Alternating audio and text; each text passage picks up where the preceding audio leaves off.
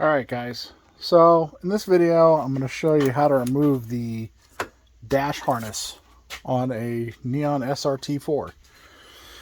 So if you don't already have your dashboard out, go ahead and do so. I know Matt's Need for Speed has a pretty detailed video on how to do that. It takes about an hour-ish, but you have to do it in order to get this out. So, two places to really note so far. The inline fuse box here is bolted up right here, as you can see, and they are simply two 9mm bolts. You just take those out and it pops out. Additionally, you'll have two screws that you can see in here. These are both 9mm as well. Actually, I'm sorry, no, the bolts on this are 10 mils, not 9. These are 9 mils. They're like self-tapping screws. Once you get those out, then you can see it's tied into the harness here. You may have to do some cutting to get your harness out. So when I bought this, it had all of this extra shit on it. So this one was bridged all the way over here, as you can see. Not sure what it went to, but I had to cut it in order to get it out. The other thing to pay attention to are these little pressure clips right here. So they look like this. I got one of them out. They look like this.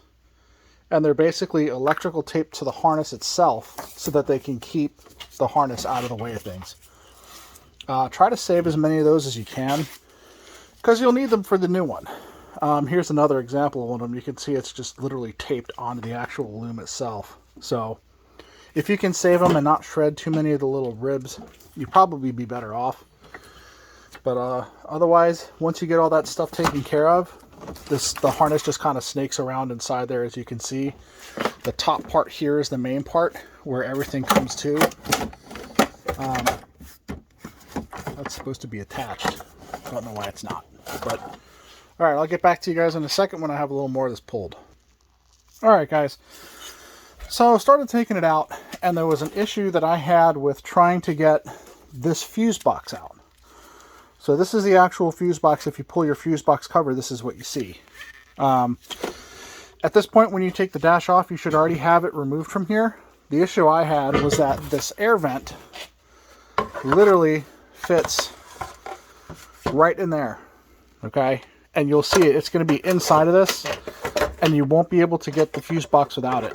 So what you have to do is pop it out this way after you take out the vent cover, okay? Pop it up and towards you, and then just move it away from the little connector in there, and then you can pull it out the side and get your fuse block out. Let's continue. Okay guys, so back again. So what I ended up doing was taking off the HVAC panel that fits here. It's really simple. It's just one piece. As you can see, it's all connected. So to get it off, it's really simple. There's 1, 2, 3. And then there's another 1, 2 here. There's one that's going to be in here, which is actually on the inside of this.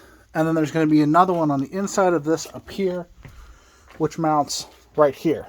So the reason I move this is because trying to fish this out from behind that panel is a complete pain in the ass. So with it doing it this way, you have access to all the sensors. You can literally just pull what you need and not have to worry about trying to fit your hand behind that, because it fits really snugly up to this. So if you remove it this way, it literally exposes everything. So again, if this is something you want to do, which I highly recommend, because as you can see on the one I have, nobody knows what, you never know what the hell people have done to it. So, but from here, there's a couple more pressure clips on the back of this one, like you can see, and then there's your control panel down here, your HVAC controls. Just unclip those and then slide those out.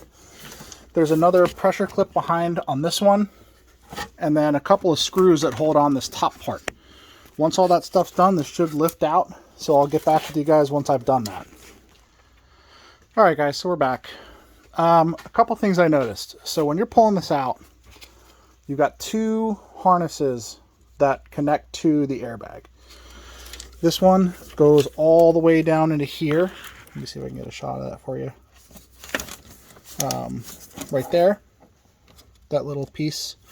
And then this little tiny one, which is actually kind of a pain to get out, goes right here.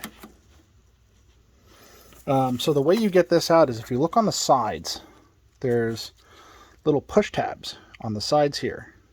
And you have to push that, try to pull it, and then pry it out with a screwdriver, which is how I did mine. So I'll get back with you guys in a little bit. As you can see, for the most part, this thing's ready to come out except for this one little strand that's going back here. And then once we get that out, I'll show you guys some more. All right, guys, here it is. This is the entire dash harness, okay? There's one little spot, which is right above your steering column, where everything connects to right here. It's a little bracket. It looks like this. Literally, all you have to do is when it's facing you, just pry up on it, and it should come right out. It just clips into the actual dashboard. So that's it. I highly suggest you keep all of your hardware, all the screws and shit that you pulled, and as many of those tabs, because you're going to need them for the new one. So if you need anything else, hit me up in the comments below. Thanks, guys.